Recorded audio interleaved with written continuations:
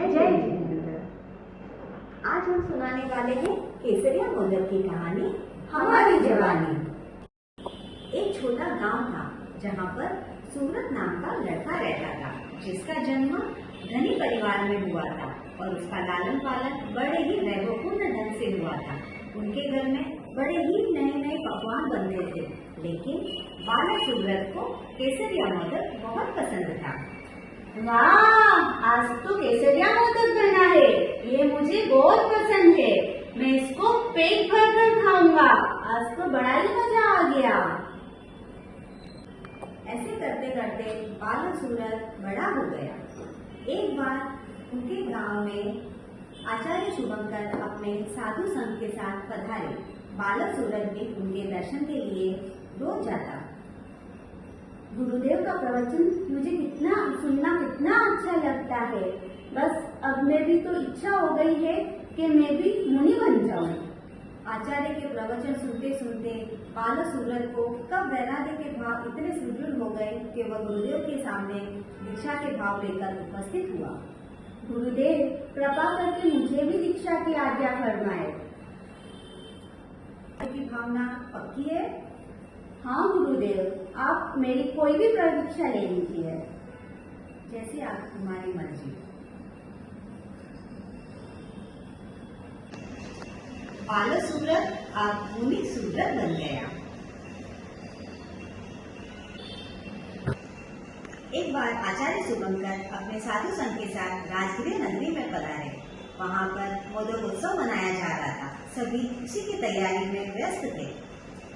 गुरुदेव, हमें माफ करें, नगर में मोदकोत्सव मनाया जा रहा था, हम उसी में व्यस्त थे, इसके लिए आपकी सेवा में उपस्थित नहीं हो पाए।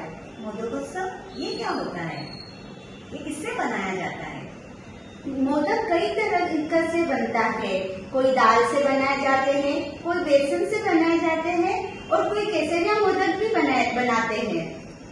ठीक है।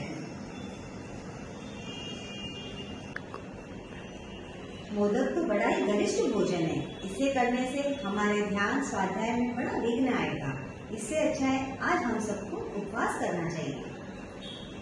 मोदक मोदक मोदक तो मुझे बहुत पसंद है। मैं गुरुदेव से गोचरी की आज्ञा मांगता हूँ। केसरिया मोदक का नाम सुनकर मुनि सूरत के सुप्त संस्कार जागृत हो गए और वह मुनिश्री के सामने गोचरी की भावना के लिए उपस्थित हुआ। गुरुदेव, मुझे गोचरी की आज्ञा दे। ठीक है मुनि सूरत, तू जाओ। मुनि जी प्रत्येक घर में जाते और देखते कि केसरिया मोदक है या नहीं। दोपहर से संध्या तक घूमते रहे, लेकिन उन्हें केसरिया मोदक का योग प्राप्त नहीं हुआ। अब तो मुनि सूरत विहल हो गए और उनके रसना इतनी जागृत हो गई कि उनके ऊपर केसरिया मोदक सवार हो गया। केसरिया मोदक, केसरिया मोदक। रात हो गई, यह भी उन्हें भान नहीं रहा और केसरिया मोदक करते हुए वह घूमने लगे। केसरिया मोदक शब्द सुन जिनभद्र के कानों में केसरिया मोदक के शब्द पड़े और वह खिड़की से उन्हें देख रहा था। उसे लगा कि मुनि जी केसरिया मोदक के चाह में ऐसे व्याकुल हो गए कि वो अपना संतुलन खो बैठे और उसने अपना कर्तव्य समझकर मुनिश्री को आदर से अपने घर ले आया। मुनिश्री, मोदक की कृपा कराया।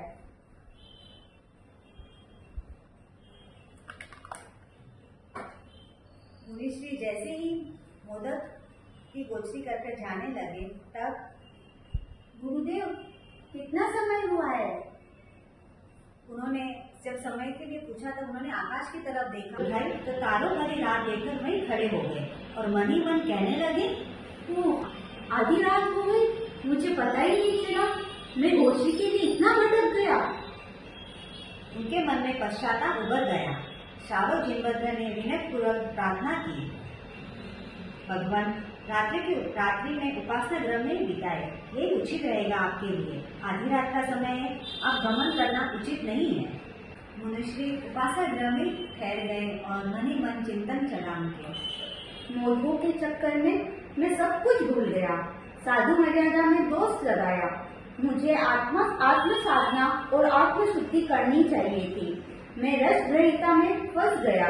चिंतन ऊर्ध्वमुखी हुआ और सुगत मुनि को केवल की प्राप्ति हो गई। ओम अरहम।